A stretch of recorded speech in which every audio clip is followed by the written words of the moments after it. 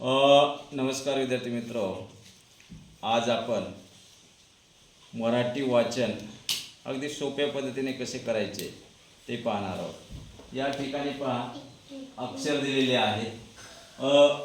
अगदी अ पासून आहा आणि ॲ आणि अ हे स्वर चिन्ह देखील आपल्याला दिलेले आहे।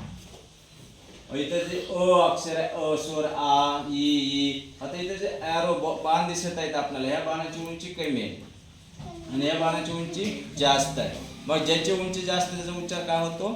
जास्त होतो। कसं बघा, अ म्हणा, आ ई ई उ ऊ ए ऐ ओ औ आहा ॲ अ। आता बघा, आता याचं वाचन प्रत्यक्ष आपल्याला करायचं आहे। आता वाचताना काय करायचे तर खडक अ चा उच्चार आहे आ, मी वेगळ्या रंगाने दाखवलंय बघा। आ व ला आ जोडलं काय झालं? वा। ख ला ई जोडलं काय झालं? ई।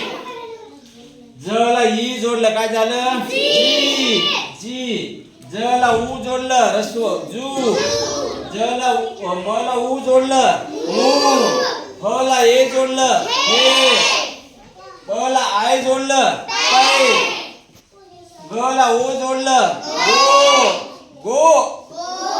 आणि आऊ इथं अवतर आहे आऊ। क ला अनुस्वार कन आणि आहा आणि ब ला ॲ जोडलं ब्या आणि ब ला अ जोडलं ब। आता हे वेगळे स्वर चिन्ह आहेत, त्याचे स्वर चिन्ह आपल्याला जोडायचे आणि ते वाचन करायचे। आता प्रत्यक्ष एक विद्यार्थी इथं वाचन करेल समर्थ। चल वाच सगळे शब्द। खडक